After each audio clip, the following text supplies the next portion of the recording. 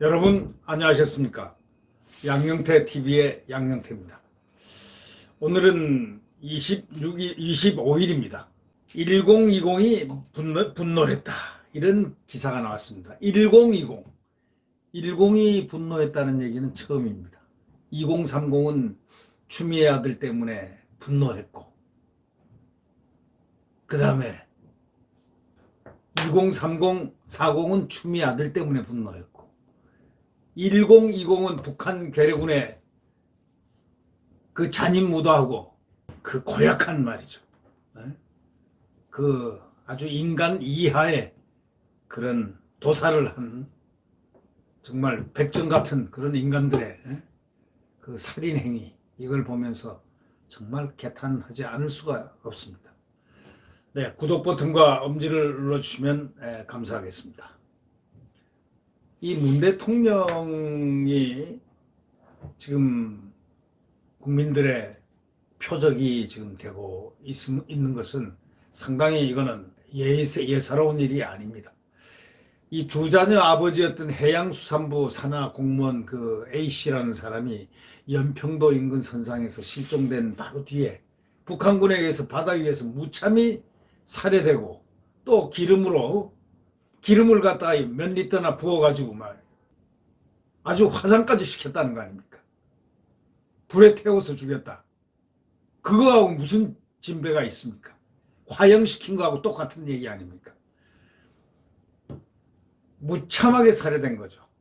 이걸 들은 시민들, 대한민국 국민들은 격앙될 정도가 아니죠. 정말 뒤집어질 정도로 분노와 그 고통을 감수해야만 했습니다. 지금 이번에 하나 특이한 점은 청년층, 이번 사건에 보인 관심과 분노가 보통 큰 게 아닙니다. 북한은 이제 끝났다 이런 얘기죠. 네? 북한의 만행, 여태까지 말한 과거의 정부에서 말한 게 다 맞다, 이제 이렇게 된 거예요. 이 정부가 침묵하는 거 틀렸다 이런 얘기입니다. 이번 사건에서 보인 관심, 분노, 이거는 상상을 초월합니다. 퇴근 시간대였던 어저께 오후 6시에서 7시 포털 사이트 네이버 10대하고 20대가 가장 많이 읽은 기사 순위표에서 1, 2위를 차지해가지고 절반 이상이 A씨 관련 기사였습니다. 다시 말하자면 1020이 제일 많이 읽은, 가장 많이 읽은 기사가 뭐냐? 바로 이 기사였습니다. A씨의 총격으로 살인한 후에 기름불에 태워 죽였다. 이런 소식이 가장 많이 읽었던 기사로 나타났습니다. 대학생들도 북한의 분노를 드러내고 있습니다. 고려대 커뮤니티 사이트 고파스에서 우발적으로 초병이 급히 쏘아 죽인 것도 아니고 보고할 거 다 하면서 6시간 동안 보다가 총살을 해? 얼마나 남한이 우습게 보였으면, 대한민국이 얼마나 우습게 보였으면 이런 글을 올렸습니다. 네이버에는 다시 이런 꼴을 보지 않으려면 반드시 보복해야 한다 라는 취지의 댓글이 지금 올라오고 있습니다. 이제 공산당의 실체를 더더욱이 절감하는 모양입니다. 친북의 실태도 느끼겠죠.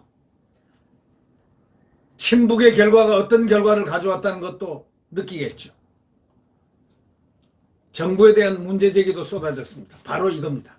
A씨가 북한 선박에 의해서 발견된 22일 오후 3시쯤에 사살당하기까지 6시간이나 정부가 뭘 했냐 이겁니다. 커뮤니티 사이트 FM코리아라는 그곳에서는 6시간 동안 북한에 연락할 수단이 없었다고 말이나 된 소리 하느냐 이런 얘기입니다. 반나절 만에 조회수가 2만 7천회를 기록하고 댓글이 100개나 달렸습니다. 6시간 동안 북한에 연락할 수단이 없었다고 하는 물음표, 거기에 말이죠.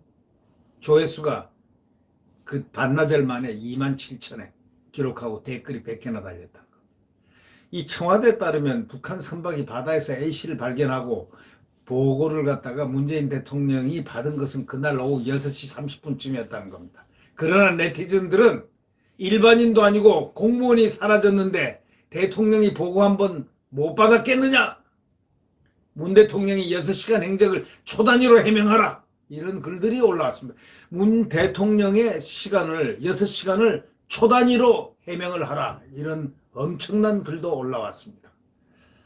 문 대통령이 24일 정부 행사에 참석해가지고 아카펠라 공연을 감상했다는 그 기사에는 아주 코로나 최초 사망자 나올 때도 짜파구리 파티하더니 여전하다 하는 그 분노의 표현이 지금 댓글에 달리고 있습니다. 이렇게 대한민국 국민을 아무렇지도 않게 죽일 수 있는 나라와 종전선언을 계획한 것 자체가 문제 아니냐? 며칠 전 종전선언한 것, 이걸 얘기하는 겁니다. 문 대통령이 23일 아침 A씨 피살 소식을 듣고도 24일 오후에야 북한이 용납될 수 없다고 발표한 데 대해서도 시간차 분노다. 간을 보다가 경노했다. 이런 등의 조롱이 나오기 시작했습니다. 참 기가 막힌 얘기죠.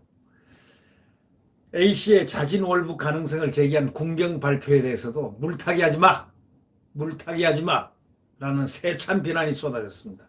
월북이든 실족이든 바다에서 표류하는 비무장 민간인을 사살하고 시신을 불지른 북한의 행위 자체가 용납될 수 없다는 바로 그런 주장입니다. 특히 군경이 구명조끼나 2천만 원대 채무를 갖다가 얘기했다. 월북의 정황이라고 밝힌 것이 이제 그거에 대한 조롱이 쏟아졌습니다.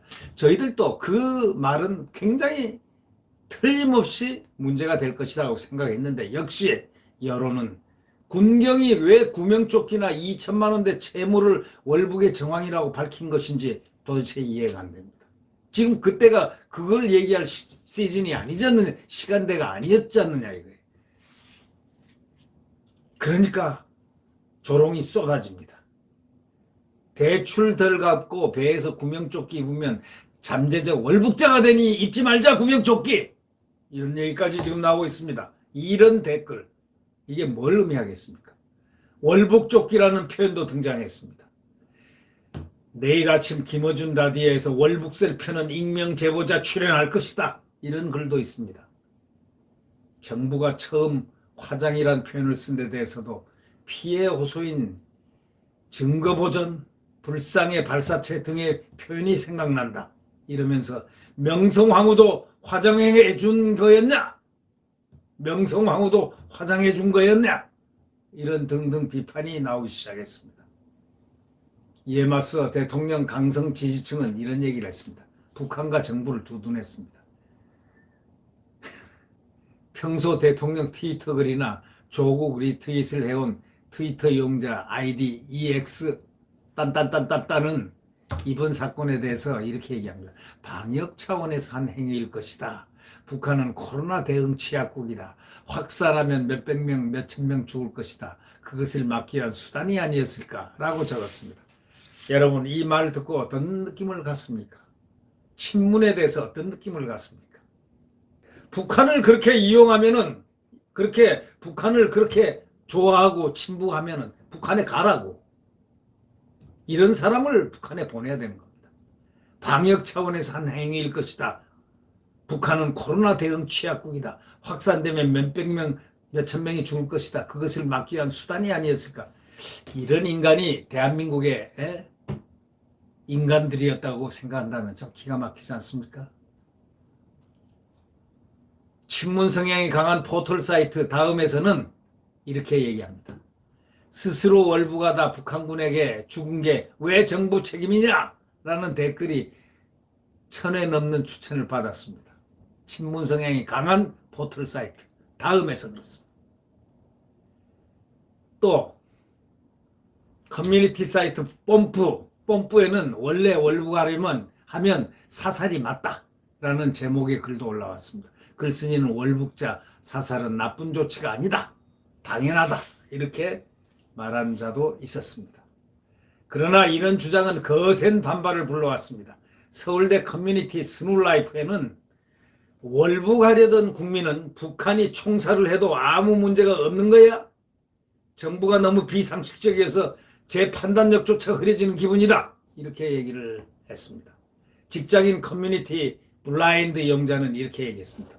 월북 의도가 있든 없든 우리 국민이라 핵심은 자국민이 사살당한 것이다. 이렇게 적었습니다. 문정부의 우군으로 인식되는 참여연대까지도 북한군이 비무장한 민간인을 사살하고 시신을 훼손한 것은 어떠한 이유로도 정당화될 수 없는 비인도적 야만 행위다. 이렇게 비판하는 성명을 냈습니다. 여러분 1020이 분노하면서 문 대통령의 행적을 초단위로 해명하라는 그 분노의 말 속에 무엇을 우리 국민들은 느낄까요? 네. 구독 버튼과 엄지를 누르시면 고맙겠습니다. 이 대한민국의 광풍이 언제 멎을까요? 네. 태풍이건 광풍이건 질풍이든 폭풍이든 다 먹게 돼 있습니다. 태양은 내일 다시 떠오릅니다.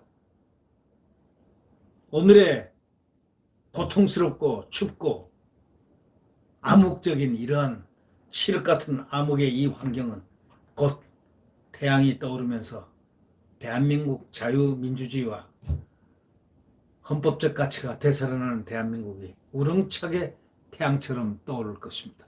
내일 태양은 다시 떠오릅니다. 네. 구독 버튼과 엄지를 눌러주시면 감사하겠습니다. 안녕히 계십시오.